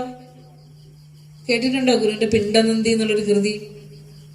അത് ഞാൻ പറഞ്ഞേ, നമുക്ക് ഗുരുവിനെ പഠിക്കണം, ഗുരുവിനെ അറിയണം. അതിനകത്ത് ജന്മങ്ങളിൽ ശ്രേഷ്ഠ ജന്മമായ മനുഷ്യ ജന്മം കിട്ടി. ഞാനൊരു പൂച്ചയായി ജനിച്ചില്ലല്ലോ, അടിച്ചു കൊല്ലുന്ന കൊതുകായി ജനിച്ചില്ലല്ലോ, പട്ടിയായി ജനിച്ചില്ലല്ലോ, ഒരു പാമ്പായി ജനിച്ചില്ലല്ലോ. ഞാൻ ആരായിട്ട് ജനിച്ചു? മനുഷ്യന് മാത്രമാണ് ശക്തിമത്തരമായ ഒരു അന്ധകരണമുള്ളത്. അവൻ പട്ടിയെയും പൂച്ചയെയും പോലെ വെറുതെ ഉറങ്ങി അങ്ങ് കടന്നുപോയാലോ? എന്താ മനുഷ്യരും മൃഗങ്ങളും തമ്മിലുള്ള വ്യത്യാസം? വെറുതെ ചിന്തിച്ച വല്ല വ്യത്യാസം ഉണ്ടോ? അപ്പൊ മനുഷ്യ ജന്മത്തിൽ നിന്ന് പതിച്ചു പോകും, സംശയമില്ല. അങ്ങനെ പതിക്കാൻ പറ്റില്ല നമുക്ക്. കാരണം നമുക്ക് കിട്ടിയിരിക്കുന്ന ഗുരു എല്ലാവരെയും ഇങ്ങനെ വിളിക്കുക അല്ലെ, മോഹാകുലരാം ഞങ്ങളെ അങ്ങേടെ അടിപ്പൂ, സ്നേഹാത്മകമാം പാശമതിൽ കെട്ടിഴപ്പൂ. ഭഗവാനെ, ഞങ്ങൾ മോഹാകുലരാ. ഈ ശരീരത്തിലും ഈ നശ്വരമായ ഭൗതിക സുഖഭോഗങ്ങൾ എന്റെ എന്ന് കരുതി കെട്ടിപ്പിടിച്ച് വെച്ചുകൊണ്ടിരിക്കുന്ന ഞങ്ങള് ഒരു നിമിഷം ഇത് എന്റെ നല്ലതാക്കിക്കൊണ്ട് വെറും കുറച്ച് ചാരമാക്കി നമ്മളെ കയ്യിലേക്ക് ഒരു കുടുക്കെ തരുന്നവരെ നമ്മളിത് എന്റെ എന്ന് പറഞ്ഞ് പിടിച്ചോണ്ടിരിക്കും അല്ലെ. എന്റെ മക്കള്, എന്റെ വീട്, എന്റെ കാറ്, എന്റെ സ്വത്ത്. ഒരു നിമിഷം കൊണ്ടാണ് ഇത് എന്റെ അല്ലെന്നറിയുന്നത് അല്ലെ. ആ അവസാന ശ്വാസം വരെയും നമ്മൾ എന്ത് കരുതും? ഇതെന്റെ എന്ന് കരുതും. അപ്പോ അതുകൊണ്ടാണ് പറഞ്ഞത്, ഈ ശരീരം പോലും നമ്മുടെയല്ല. പിണ്ടനന്ദി എന്ന കൃതി പഠിക്കണം. മനുഷ്യജന്മം കിട്ടിയതിന് ജഗദീശനോട് നന്ദി പറയുക. ഇനി ഈ ജന്മത്തിൽ നിന്ന് പതിച്ചു പോകല്ലേ ഭഗവാനെ എന്നൊരു പ്രാർത്ഥനയും വെച്ചുകൊണ്ട് ഗുരു പറയുന്നൊരു വാക്കുണ്ട്. എന്താണെന്നറിയോ? എത്ര മാസം നമ്മളൊക്കെ അമ്മയുടെ വയറ്റിൽ കിടന്നിട്ടുണ്ടാവും? 9 മാസം 9 ദിവസം 9 വിനാഴിക കിടന്നിട്ടുള്ളവരല്ലേ. അപ്പോ അങ്ങനെ കിടന്നപ്പോ നമ്മുടെ ശരീരം ഉണ്ടാക്കിയേക്കണ എന്തുകൊണ്ടാന്നൊക്കെ ഗുരു പറയണം. എന്തുകൊണ്ടാ? മണ്ണും ജലം കനലും അമ്പരമോടു കാറ്റും എണ്ണിപ്പിടിച്ചറയിലിട്ടെരിയും കൊളുത്തി. നമ്മൾ സയൻസ് പഠിക്കുമ്പോൾ പഠിക്കുന്ന 5 എലമെന്റ്സ് അല്ലേ മക്കളെ ഈ ഭൂമിയിലുള്ളൂ അല്ലെ? ഭൂമി, ജലം, ആകാശം, വായു, അഗ്നി. ആറാമതൊരു എലമെന്റ് ഉണ്ടോ? സയൻസിൽ 5 എലമെന്റ് ഉള്ളൂ. അതുകൊണ്ട് മനുഷ്യന് 5 അറിവ് ജീവി എന്ന് പറയും. കണ്ടും കേട്ടും മണത്തും രുചിച്ചും സ്പർശിച്ചും അറിയുന്ന 5 ഇന്ദ്രിയങ്ങളിലൂടെയുള്ള അറിവ് മാത്രമേ മനുഷ്യനുള്ളൂ. അപ്പോ ഈ പഞ്ചഭൂതങ്ങളെ ചേർത്ത് വെച്ചിട്ട് അതിനകത്ത് പ്രാണം കൊളുത്തുന്നുണ്ട്, പ്രാണം കൊളുത്തിയിട്ടുണ്ട്. ആ പഞ്ചഭൂതങ്ങളെ ചേർത്ത് വെച്ചപ്പോഴാണ് നമ്മുടെ ഭൂതവും ഭാവിയും വർത്തമാനവും ഒക്കെ ഇങ്ങനെ ചേർത്ത് വെച്ചത്. കർമ്മങ്ങൾക്കനുസരിച്ച് രക്ഷപ്പെടണോ വേണ്ടയോ? ഇനി ഒരു പാമ്പായിട്ടോ പട്ടിയായിട്ടോ പൂച്ചയായിട്ടൊക്കെ പോണോ? മനുഷ്യജന്മം പോരെ വേണ്ടേ? അങ്ങനെ ഉണ്ടെങ്കിൽ ഈശ്വരനെ ആരാധിച്ച് ഞാൻ ആരാണ് എന്നൊരു ഗുരുവിനോട് നമ്മൾ ഗുരുവിന്റെ മുമ്പിൽ തൊഴുമ്പോൾ ചോദിക്കണം, ഭഗവാനെ ഞാൻ ആരാ? ഞാൻ കൗസല്യയും പിന്നെന്താ സന്ധ്യയും കുഞ്ഞമ്മയൊന്നും അല്ല, ഞാൻ ആരാ? അതൊക്കെ എനിക്ക് ഇവിടെ വന്നിട്ട് കിട്ടിയ പേരാ, ഞാൻ ആരാ എന്ന് ചോദിക്കുമ്പോൾ ഗുരു ഒരു ഉത്തരം പറഞ്ഞു തരും, ത്വം ഹി ബ്രഹ്മ, നീ ദൈവമാണ് കുഞ്ഞെ. അങ്ങനെ ഒരു അറിവ് നമുക്ക് കിട്ടിയിട്ടുണ്ടോ? നമ്മൾ ദൈവമാണെന്ന് ഗുരു എവിടെ പറഞ്ഞേക്കണേ? അതും അറിയില്ലേ. നമ്മൾ ഓരോരുത്തരും ദൈവമാണെന്ന് ഗുരു എവിടെ പറഞ്ഞേക്കണേ? നാം ശരീരമല്ല അറിവാകുന്നു എന്ന് പറഞ്ഞു അല്ലെ. ശരീരം ഉണ്ടാകുന്നതിന് മുൻപിലും അറിവായ നാം ഉണ്ടായിരുന്നു. ഇനി ഇതൊക്കെ ഇല്ലാതെ പോയാലും നാം ഇപ്രകാരം പ്രകാശിച്ചു കൊണ്ട് തന്നെ ഇരിക്കും. കൊലത്തുകരയിൽ വെച്ച് ഗുരു രാമൻ മുതലാളിയോട് പറഞ്ഞതാ. വിഗ്രഹാരാധനയിൽ വിശ്വാസമില്ലാതിരുന്ന രാമൻ മുതലാളിയോട് ഗുരു പറയുന്നതാണ്, ഗുരു എനിക്ക് ഈ വിഗ്രഹങ്ങളിലൊന്നും വിശ്വാസമില്ല, പക്ഷെ ഗുരുവിനെ വിശ്വാസ, എനിക്കൊരു പ്രാർത്ഥന രചിച്ചു തരൂ എന്ന് പറഞ്ഞപ്പോഴാണ് പറഞ്ഞത്, എന്താ പറഞ്ഞത്? കാണപ്പെടുന്നതൊക്കെയും നിങ്ങൾ ചൊല്ലാറുണ്ടോ ഗദ്യപ്രാർത്ഥന അല്ലെ? അതിനകത്ത് നാം ശരീരമല്ല അറിവാകുന്നു എന്ന് പറഞ്ഞ ഒരു തൊലിയും എലുമ്പും മലം ദുരന്തമന്ത കലകളുമേന്തും അഹന്ത എന്ന ശരീരത്തിന് പേരിട്ടെ.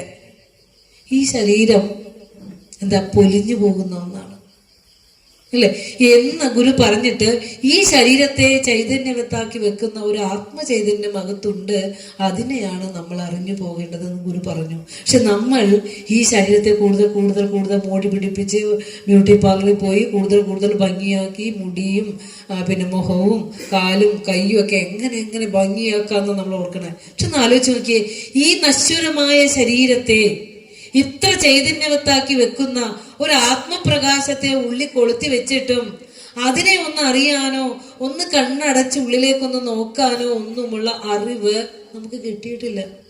ഈ നശിച്ചു പോണതിനെ പോഷിപ്പിച്ചുകൊണ്ട് പോവുക അല്ലേ?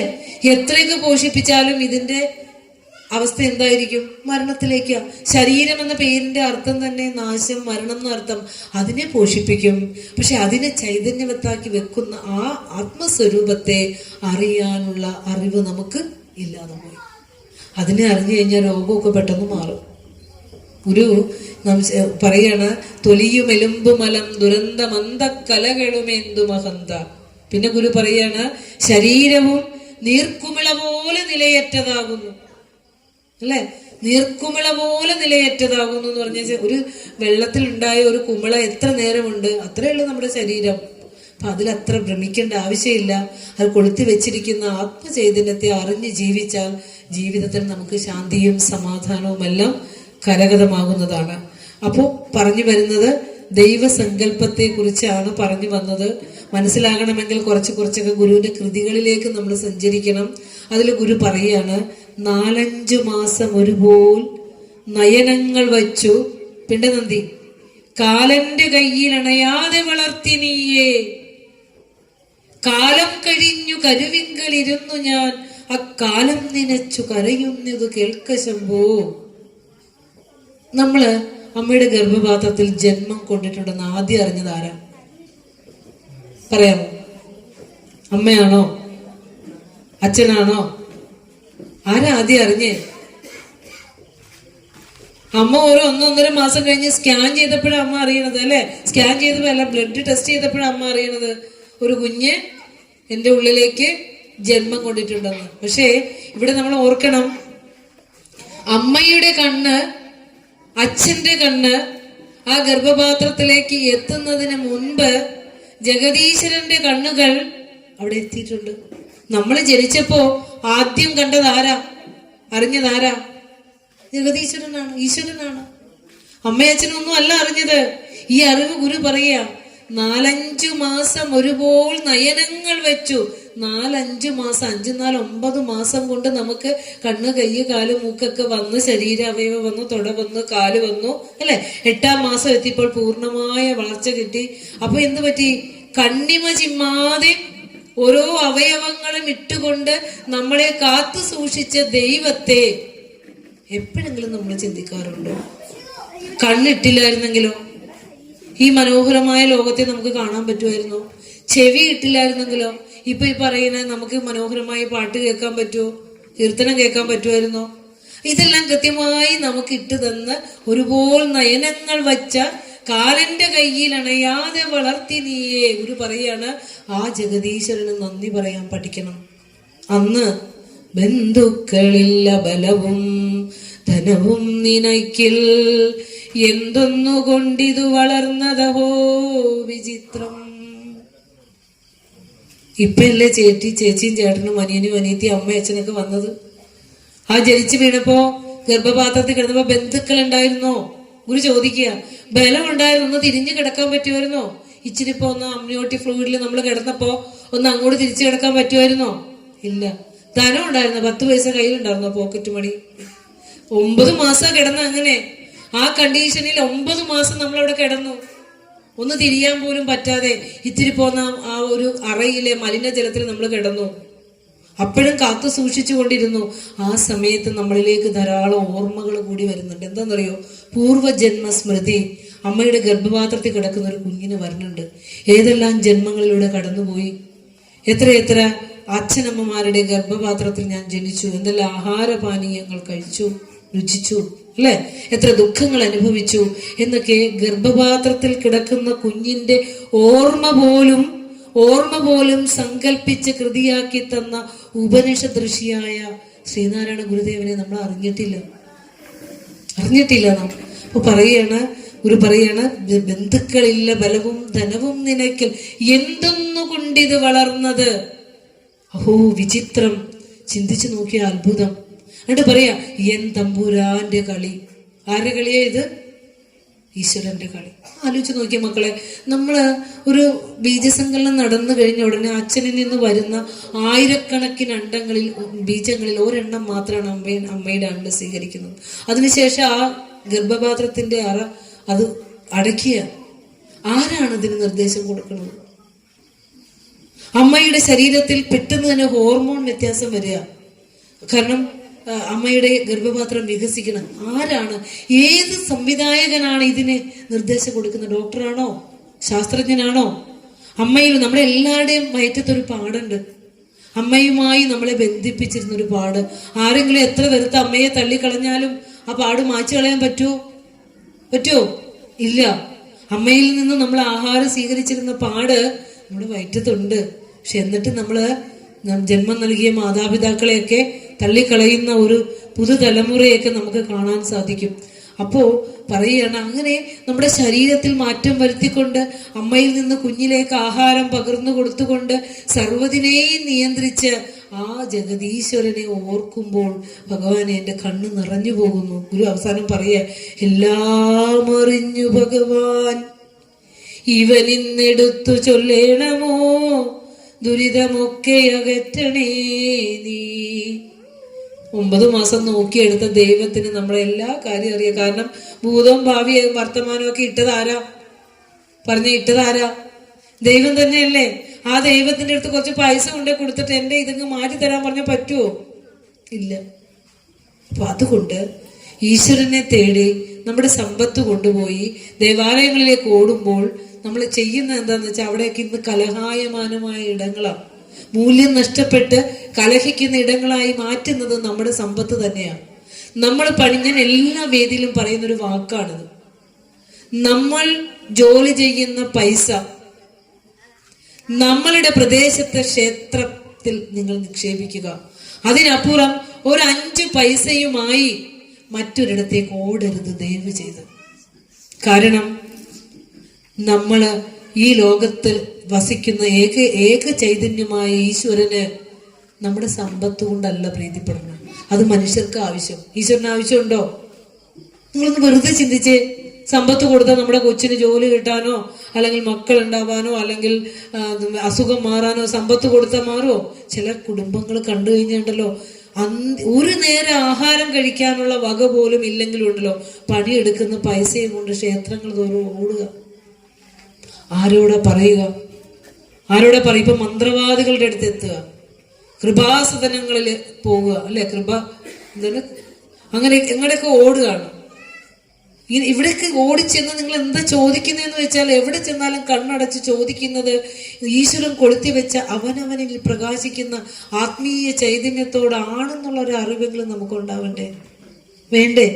നമ്മൾ കണ്ണടച്ച് പ്രാർത്ഥിക്കുന്നത് നമ്മളോട് തന്നെ മക്കളെ, നമ്മളോട് തന്നെ. ഒരു പൂജിച്ച പേനയും നമുക്ക് പരീക്ഷ എഴുതാൻ അക്ഷരമായിട്ട് വരില്ല. ആ ഈശ്വരന്റെ വെളിവ് നമുക്ക് കിട്ടണമെങ്കിൽ നമ്മുടെ ഉള്ളിൽ എന്ത് ചെയ്യണം? ആ ഈശ്വര ചൈതന്യത്തെ നമ്മൾ നിറയ്ക്കണം.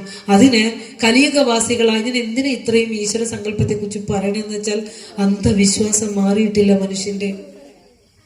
ഇപ്പോഴും കോഴിവെട്ടും ഒക്കെ പലയിടങ്ങളിൽ നമുക്ക് ഒറ്റപ്പെട്ട സംഭവങ്ങൾ കേൾക്കാം.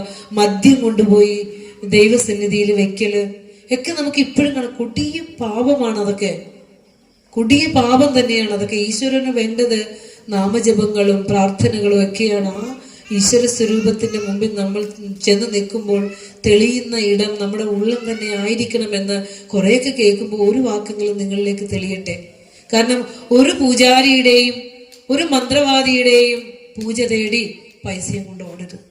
ഇത്രേ പറയാനുള്ളൂ. പിന്നെ അടുത്തത് നമ്മുടെ നിത്യജീവിതവുമായി ബന്ധപ്പെട്ട് ബ്രഹ്മചര്യാശ്രമം കുട്ടികൾക്ക് പറയുന്നുണ്ട്. ശ്രീനാരായണ ധർമ്മമൊക്കെ നിങ്ങൾ ക്ലാസ് വെപ്പിക്കണം. ബ്രഹ്മചര്യ ആശ്രമത്തിന്റെ ക്ലാസ് ഇപ്പൊ വെങ്ങോലയിൽ ക്ലാസ് ഉണ്ട്. കാലടിയിൽ ഇവിടെ തന്നെ വേറെ എവിടെയോ ഒരു കുട്ടികളുടെ പഠന ക്യാമ്പിൽ നിന്ന് എന്നെ വിളിച്ചിട്ടുണ്ട്. ഏതാന്ന് എനിക്ക് വ്യക്തമായ സ്ഥലം അറിയില്ല. എന്തായാലും കുട്ടികൾക്ക് ഈശ്വര പ്രാർത്ഥനയും നാമജപങ്ങളുടെ ആ ഒരു പ്രാധാന്യത്തെക്കുറിച്ച് ഗുരു പറഞ്ഞു തരുന്നുണ്ട് ശ്രീനാരായണ ധർമ്മത്തിൽ. അത് എത്ര വയസ്സ് വരെയാണ് നമ്മൾ കുട്ടികളെ ശരിക്കും ഈശ്വരീയതയിലേക്ക് വളർത്താൻ സാധിക്കുക? അത് നമുക്കറിയോ? ഇപ്പൊ നമ്മുടെ മക്കളൊക്കെ ചെറിയ കുട്ടികൾ ഇവിടെ ഇരിപ്പുണ്ട്, കല്യാണം കഴിക്കാത്ത കുട്ടികൾ, പഠിക്കുന്ന കുട്ടികൾ. ഇച്ചിരി വിഷമമുണ്ട് അവർക്ക് ഇതൊക്കെ കേൾക്കുമ്പോൾ. എന്നാലും മക്കളെ, എപ്പോഴെങ്കിലും ചിലപ്പോൾ ഇവരുടെ അച്ഛനമ്മമാർ ഇവരെ ഏതെങ്കിലും സത്സംഗങ്ങളിൽ കുഞ്ഞായിരുന്നപ്പോൾ കൂട്ടിക്കൊണ്ട് വന്നിട്ടുണ്ടാവും. ഇല്ലെങ്കിൽ ആ മക്കളൊന്നും അവിടെ ഇരിക്കില്ല. ഇച്ചിരി ചെവി കേട്ടിട്ടുണ്ടാവും. ആ കേട്ടത് അവരെ കൊണ്ട് പിന്നെയും കൊണ്ടുവന്ന് ഇരുത്തും. അതാണ് ഈ സ്പിരിച്വാലിറ്റിയുടെ പ്രത്യേകത. മക്കളെ, ദൈവം ഉണ്ടോ എന്ന് ചോദിച്ചാൽ പറയും, അതെനിക്ക് അറിയില്ല, ഉറപ്പില്ല. ഉണ്ടോ ഇല്ലെന്ന് ഉറപ്പില്ല. നീയുണ്ടോ?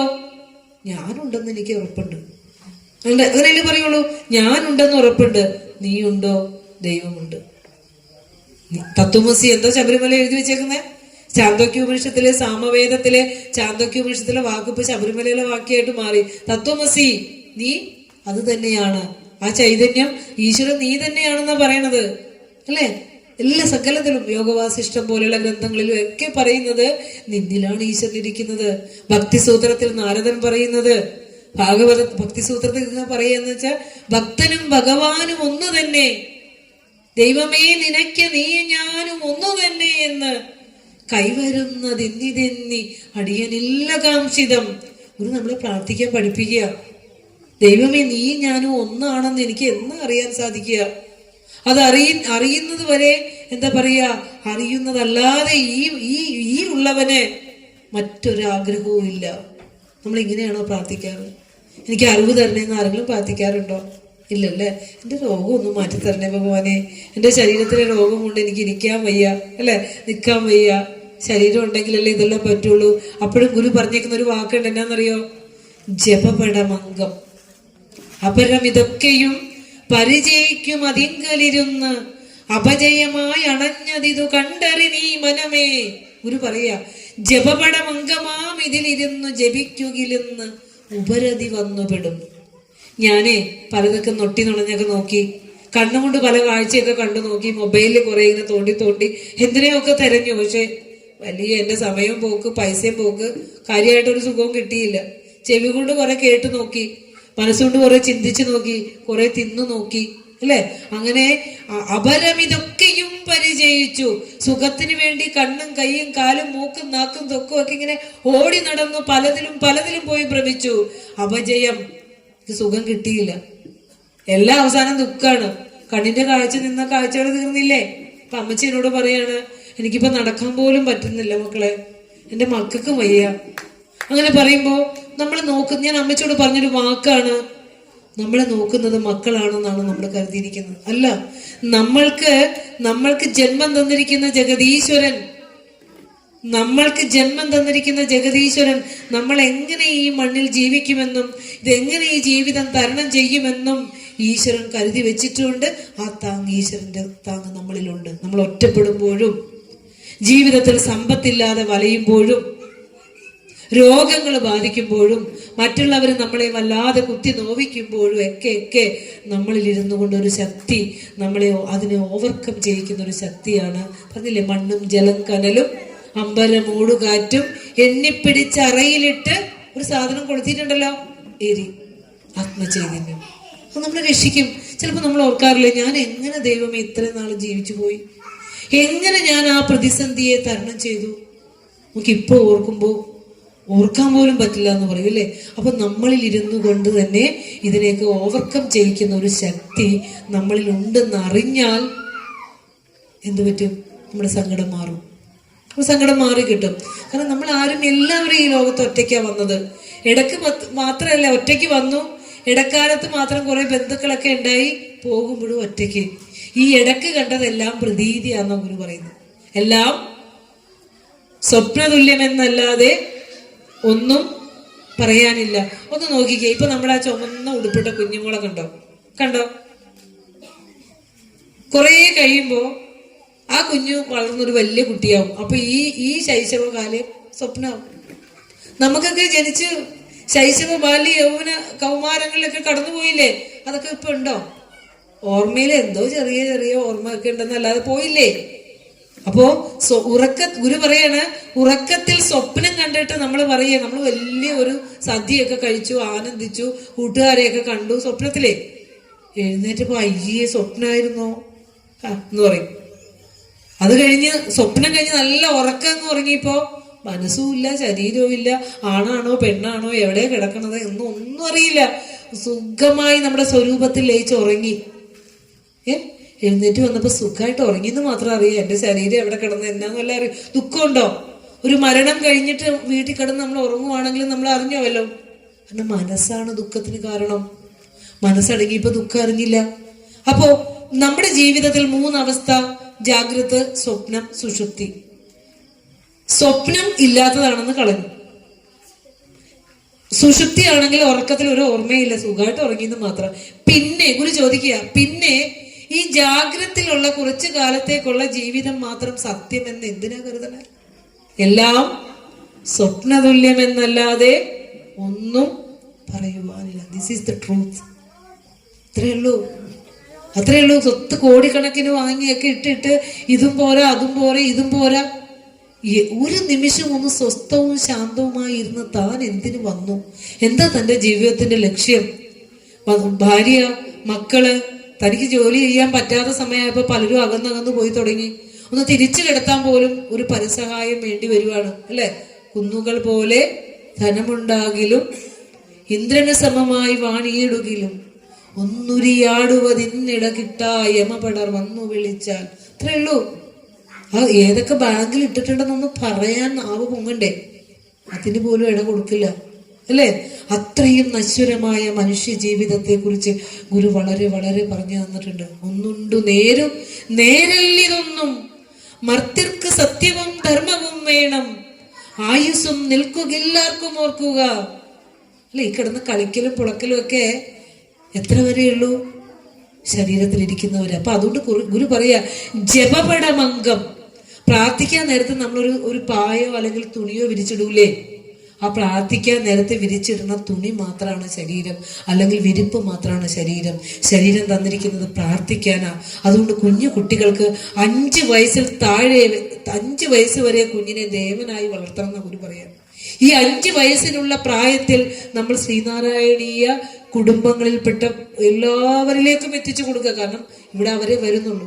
ഗുരു ശ്രീനാരായണ സ്മൃതി എഴുതിയിരിക്കുന്നത് ലോകത്തിലെ സകല മനുഷ്യർക്കും വേണ്ടിയിട്ടാ, കലിയുഗവാസികൾക്ക് വേണ്ടിയിട്ടാ. ശ്രീനാരായണീയർ പോലും അതിലേക്ക് എത്തിയിട്ടില്ല.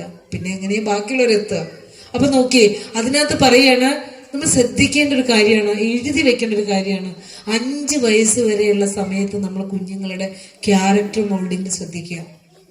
5 വയസ്സ്, ആ സമയത്ത് കുഞ്ഞുങ്ങൾക്ക് നല്ല കഥകൾ പറഞ്ഞു കൊടുക്കുക. ഇതുപോലെയൊക്കെ കൊണ്ടുവന്ന് ഇരുത്തുക. ഒന്നും വേണ്ട, അവർക്ക് മനസ്സിലാകണ്ട. ഈ ഒരു സംസ്കാരം അവരിലേക്ക് വരുവേ.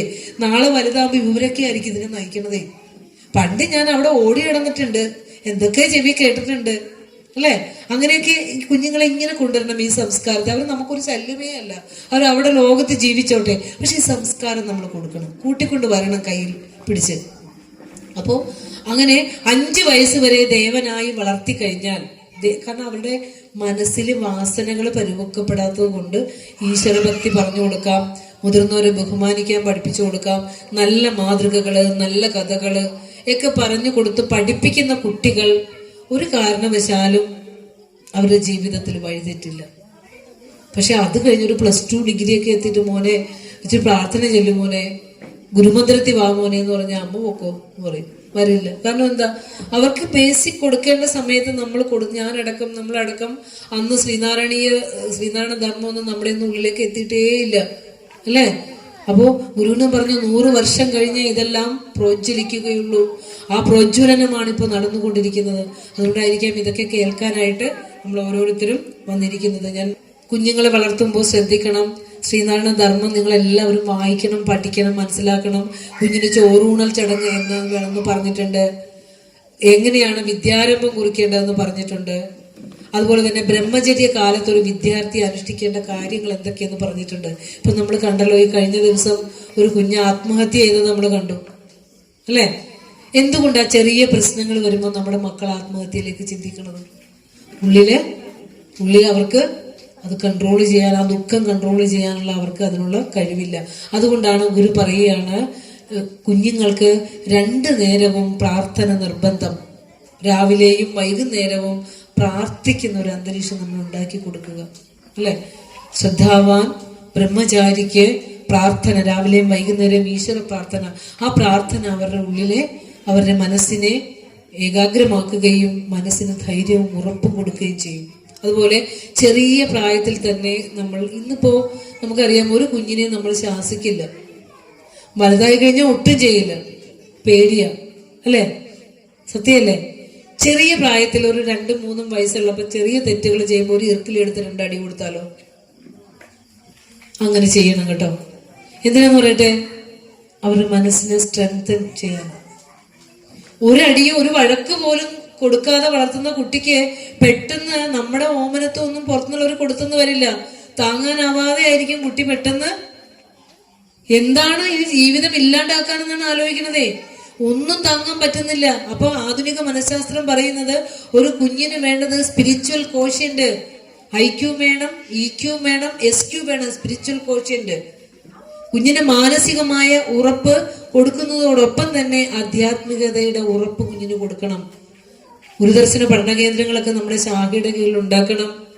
ഗുരുവിനെ പറഞ്ഞു കൊടുക്കുന്ന ഇടങ്ങളായി മാറണം. നമ്മുടെ കുഞ്ഞുങ്ങൾ അറിവിന്റെ വെളിച്ചം വിതറുന്ന മക്കളായി മാറണം. മദ്യമോ മയക്കുമരുന്നോ ലഹരി വസ്തുക്കൾ അങ്ങനെയുള്ളതിലേക്കൊക്കെ വഴിതെറ്റാതെ പോകണമെങ്കിൽ മനസ്സിന് നല്ല ഉറപ്പ് വേണം മക്കളെ. അതിന് പ്രാർത്ഥന വേണം. രാവിലെ എഴുന്നേറ്റ് ദൈവമേ മഹാഗുരു എന്നെ നേരായ വഴിക്ക് നയിക്കണേ ഗുരു ഒന്ന് പ്രാർത്ഥിക്കാൻ പഠിപ്പിക്കുക. അച്ഛനമ്മമാരുടെ പാദങ്ങളിൽ ഒന്ന് തൊടാൻ പഠിപ്പിക്കുക. നിങ്ങൾ ചെറിയ പ്രായത്തിലെ മക്കളെ അച്ഛൻ്റെ അമ്മയുടെ മുത്തശ്ശിയുടെയൊക്കെ ആദ്യം മുത്തശ്ശിയുടെ കാലം തൊഴുതേ, മുത്തശ്ശന്റെ കാലം തൊഴുതേ, കാലം തൊട്ട് തൊഴുതേ എന്ന് പറയുമ്പോൾ അവർ കുനിയില്ലേ? ശ്രദ്ധിച്ചേ, ആ കുനിച്ചില് അവരുടെ സർവ്വ അഹന്തയെയും ഇല്ലാതെയാക്കുന്നു. അത് മാത്രമല്ല, ലോകത്തിന്റെ മുന്നിൽ അവർ തല ഉയർത്തി നിൽക്കാൻ അവരെ പ്രാപ്തരാക്കും. അച്ഛനമ്മമാരുടെ പാദങ്ങൾ തൊടുക. ഗുരു പറയുകയാണ് ശ്രീനാരായണ ധർമ്മത്തിൽ, വിദ്യാലയത്തിലേക്ക് പഠിപ്പിക്കാൻ എത്തുന്ന ഗുരുവിനെ ഗുരു വന്നെത്തുമ്പോഴും പഠനം കഴിഞ്ഞ് പഠിപ്പിക്കൽ കഴിഞ്ഞ് തിരിച്ചു പോകുമ്പോഴും എഴുന്നേറ്റ് നിന്ന് അഭിവാദനം ചെയ്യണം. ശ്രദ്ധിച്ചേ, നമ്മൾ ആരെങ്കിലും ടീച്ചേഴ്സ് ക്ലാസ്സിൽ വന്നാൽ എഴുന്നേക്കുന്നവരൊന്ന് കൈപോക്കിയേ. ശരിക്കും കൈപോക്കണം, ടീച്ചറിനെ കാണാനാ. ഞാൻ 10-30 വർഷം ഹൈസ്കൂൾ ലെവലിൽ പഠിപ്പിച്ച ഒരു അധ്യാപികയെ. എനിക്ക് കുറെ എക്സ്പീരിയൻസ് ഉണ്ട്, അത് ഞാൻ ഷെയർ ചെയ്യാൻ പോവാം. എത്ര കുട്ടികൾ ടീച്ചർ ക്ലാസ്സിൽ വന്നാൽ കൈപൊക്കും. അവിടെ ടീച്ചർ ക്ലാസ്സിൽ വന്നാൽ എഴുന്നേറ്റ് നിൽക്കും. എന്നിട്ട് എന്ത് പറയും? എഴുന്നേറ്റ് നിന്നിട്ട് എന്ത് പറയും? ഗുഡ് മോർണിംഗ് പറയുമോ? എന്താ പറഞ്ഞ കൂട്ടാ? എന്താ പറയുന്നേ? ആ, ഗുഡ് മോർണിംഗ് പറയല്ലേ. അപ്പൊ ഇനി ടീച്ചർ ഒരു കാര്യം പറയുമ്പോ നമസ്തേ പറയാൻ പഠിക്കൂ. പറഞ്ഞേ നമസ്തേ എന്ന് പറഞ്ഞേ, ഉറക്കെ പറഞ്ഞേ. എന്താ അതിന്റെ അർത്ഥം എന്നറിയോ? ഗുഡ് മോർണിംഗ് എന്ന് പറഞ്ഞാൽ നല്ലൊരു പ്രഭാതം ഉണ്ടാവട്ടെ എന്നാണ്. പക്ഷെ നമസ്തേ എന്ന് പറഞ്ഞാൽ എന്താ? I salute the divinity in you. നിന്നിലെ ദൈവികതയെ ഞാൻ തൊഴുന്നു എന്നാ. ഒരു ടീച്ചറിനോട് പറയാ, teacher I salute the divinity in you. ഓ, നിന്നെ ആരാ മോനെ, നീ ആരുടെ മകനാ മോളെ, മകളാ മോനെ ചോദിക്കില്ലേ? ഞാൻ ശ്രീനാരായണ ഗുരുദേവന്റെ, വിശ്വഗുരു ശ്രീനാരായണ ഗുരുദേവന്റെ ശിഷ്യയാണ് പറയാൻ സാധിക്കണം നമുക്ക്. അപ്പൊ എന്താ പറയണ്ടേ? നമസ്തേ. എന്റെ അർത്ഥം എന്താ? നിന്നിലുള്ള ഈശ്വരീയതയെ ഞാൻ തൊഴുന്നു. നമസ്തേ പറയൂ. ഇനി ടീച്ചർമാരെ കാണുമ്പോഴും മുതിർന്നവരെ കാണുമ്പോഴും അച്ഛനമ്മമാർക്കൊക്കെ നമസ്തേ കൊടുക്കണം, നന്നായി വിഷ് ചെയ്യണം എന്ന ഗുരു പറയുന്നത്. അങ്ങനെ വിഷ് ചെയ്യുന്ന കുട്ടികൾ തന്റെ അഹന്ത ഈശ്വരന് മുന്നിലേക്ക് സമർപ്പിക്കുന്ന മക്കളായി മാറുകയും ലോകത്തിന് മുന്നിൽ തല ഉയർത്തി നിൽക്കും. ഞാൻ ഇന്നലെ ഉണ്ടായ ഒരു സംഭവം പറയാം. ഞാൻ പഠിപ്പിച്ചിരുന്ന സമയത്ത് NIT ആകെ കേരളത്തിൽ നിന്ന് 6 കുട്ടികളെ സെലക്ട് ചെയ്തിരുന്നു. NITയില് 6 കുട്ടികൾ. അതിലൊരു കുട്ടി പഠിച്ചെല്ലാം കഴിഞ്ഞ് നേരെ US പോയി എയറോസ്പേസ് എഞ്ചിനീയറിംഗ് ഒക്കെ പഠിച്ച് നല്ല തലയാ. വേദിക് മാത്തമാറ്റിക്സ് വരെ പഠിച്ചിട്ടാണ് എൻട്രൻസ് എഞ്ചിനീയറിംഗ് എഴുതിയത്. ആ കുട്ടി ഈ കഴിഞ്ഞ ദിവസം ഇല്ലാണ്ടായി. എങ്ങനെയാണെന്നൊന്നും ഞാൻ പറയുന്നില്ല. ഇല്ലാണ്ടായി. കാരണം എന്താന്ന് വെച്ചാല് പ്രതീക്ഷിച്ച പോലെയുള്ള, അവൻ ചിലപ്പോൾ പ്രതീക്ഷിച്ച പോലെ ഒന്നും അവനിലേക്ക് വന്നിട്ടുണ്ടാവില്ല. ജോലിയാണെങ്കിലും സൗകര്യങ്ങളാണെങ്കിലും എന്താണെങ്കിലും ഇല്ലാതായി. 33 വയസ്സേ ഉള്ളൂ. മനസ്സിന് ധൈര്യം ഉണ്ടായോ? മനസ്സിന് ധൈര്യം ഉണ്ടായോ? അപ്പൊ നമ്മൾ കൊടുക്കുന്ന നമ്മുടെ മക്കൾക്ക് ഈ ഗുരുവിനെയൊക്കെ പരിചയപ്പെടുത്തി കൊടുക്കാതെ A+ എന്ന് പറഞ്ഞ് നമ്മൾ ഓടുമ്പോൾ, എൻ്റെ കുഞ്ഞ് ഔട്ട്സ്റ്റാൻഡിങ് ആണെന്ന് പറഞ്ഞ് നമ്മൾ അഹങ്കരിക്കുമ്പോൾ അവന്റെ ജീവിതത്തിൽ A+ന് വേണ്ടത് എന്തെങ്കിലും നമ്മൾ കൊടുത്തിട്ടുണ്ടോ? നമ്മൾ ആദ്യം അത് ആലോചിക്കണം. സത്യമല്ലേ? ഒരു പ്രശ്നം വരുമ്പോൾ, വലിയ വലിയ ജോലികളൊക്കെ ചെയ്യുമ്പോൾ ഒരു പ്രശ്നം വരുമ്പോൾ അവർക്ക് താങ്ങാൻ പറ്റില്ല, ഓവർലോഡ്. ബാങ്കിൽ മാനേജറായിട്ടുള്ള കുട്ടികൾ പലരും ജോലി റിസൈൻ ചെയ്യുക. ഒരു ദിവസം സമാധാനമായിട്ടൊന്ന് കിടന്ന് ഉറങ്ങിയാൽ മതി എന്ന് പറയുന്നു. സ്ട്രെസ് താങ്ങാൻ പറ്റുന്നില്ല. അവിടെയൊക്കെ ആത്മീയതയുടെ നല്ല പാഠങ്ങൾ കുഞ്ഞുങ്ങളിലേക്ക് പകർന്നു കൊടുക്കണം. ഗുരു നമുക്ക് നൽകിയിരിക്കുന്ന ദർശനം ചെറുതല്ല, വലുതാണ്.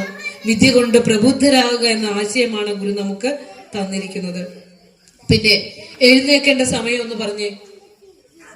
പ്രഭാതത്തിൽ ഉണരണം എന്നാ ഗുരു പറഞ്ഞേക്കണം. എപ്പോഴാണ് ഉണരണ്ടേ? സൂര്യനെ കാണുന്നതിന് മുമ്പ് എഴുന്നേക്കണം. 5:30 മണിക്ക് എഴുന്നേക്കുന്ന ആരെങ്കിലും ഉണ്ടോ? ഒന്ന് കൈപൊക്കിയേ. 5:30 മണിക്ക് കേൾക്കുന്നുണ്ടോ? 5:30 മണി. ആരുമില്ല അല്ലേ? ഒരാള് കൈപൊക്കി. മോൾ ഏത് ക്ലാസ്സിലാണ് പഠിക്കുന്നത്? PG പഠിക്കുക. ചേച്ചിക്ക് ഒത്തിരി പഠിക്കാനുണ്ട്. പ്രഭാതം നേരത്തെ എഴുന്നേക്കും അല്ലെ? അപ്പോ വെളുപ്പിനെ എഴുന്നേക്കുന്ന ഗുരു പറയാണ്, പ്രഭാതത്തിൽ വൈകി ഉണരുന്നവർക്ക് ജീവിതത്തിലെ ഏറ്റവും മനോഹരമായ നിമിഷങ്ങളാണ് നഷ്ടപ്പെടുത്തി കളയുന്നതെന്ന്. നിങ്ങൾ എഴുന്നേറ്റൊന്ന് പുറത്ത്, ഞാൻ എന്നും കാണാറുണ്ട് പ്രഭാതം സൂര്യൻ ഉദിക്കുന്നതിന് മുമ്പ് ജനലൊക്കെ ഒന്ന് തുറന്നിട്ടിട്ട് നേരെ നോക്കുമ്പോൾ ഈ വൃക്ഷങ്ങളൊക്കെ അനങ്ങില്ല. ഈ ഇലകളൊക്കെ ഇങ്ങനെ ആരെയോ കൈകൂപ്പി നിൽക്കുന്നത് പോലെ നിശ്ചലമായി നിൽക്കും. കിളികളുടെ ശബ്ദങ്ങൾ പതുക്കെ പതുക്കെ ഇങ്ങനെ കേൾക്കാം. ഒരു മനോഹാരിതയാണ് പ്രഭാതത്തിന്. അതുകൊണ്ട് ഗുരു പറയാണ്, ദിവ്യതയുടെ എഴുന്നള്ളത്ത് കാണാതെ പോകരുത്. ദിവ്യതയുടെ എഴുന്നള്ളത്ത്, പ്രഭാതത്തിൽ ആ ദിവ്യതയുടെ എഴുന്നള്ളത്ത് കാണാതെ പോകരുത് എന്ന് ഗുരു പറയുകയാണ്. ഇനി അപ്പൊ എഴുന്നേൽക്കേണ്ട സമയം, ഇനി വിദ്യാലയമൊക്കെ തുറക്കും. ജൂണൊക്കെ ആകുമ്പോൾ ശരിക്കും നേരത്തെ തന്നെ എഴുന്നേറ്റ് പഠിക്കുക. ബ്രഹ്മചര്യ ആശ്രമം ഏറ്റവും ശ്രേഷ്ഠമായ ആശ്രമമാണ്. മറ്റ് ചിന്തകളൊന്നും പാടില്ല. ഇന്ദ്രിയങ്ങളെയൊക്കെ നിയന്ത്രിച്ച് ജീവിക്കണം. കണ്ണും കയ്യും കാലും മൂക്കും ഒക്കെ അങ്ങോട്ടും ഇങ്ങോട്ടൊക്കെ ഒന്നും പോകരുത് അല്ലെ? ശ്രദ്ധാവാൻ ബ്രഹ്മചാരീത്തു പ്രസ്തുതം ധർമ്മപഞ്ചകം അനുസ്മരേച്ച അനുദിഷ്ടേ സർവം തത് ശുദ്ധി പഞ്ചകം. അപ്പോ ധർമ്മപഞ്ചകവും ശുദ്ധി പഞ്ചകവും അനുസരിക്കണം. ശരീരവും വാക്കും മനസ്സും ഒക്കെ ശുദ്ധമാക്കണം. അപ്പൊ ഇതൊക്കെ ബ്രഹ്മചര്യ ആശ്രമത്തിൽ കുട്ടികൾക്ക് പറയുന്നതാണ്. ഒത്തിരി ഒത്തിരി ഒത്തിരി കാര്യങ്ങൾ നമുക്ക് പറയാനുണ്ട്. ഇത് മറ്റൊരു സന്ദർഭത്തിലാകാം.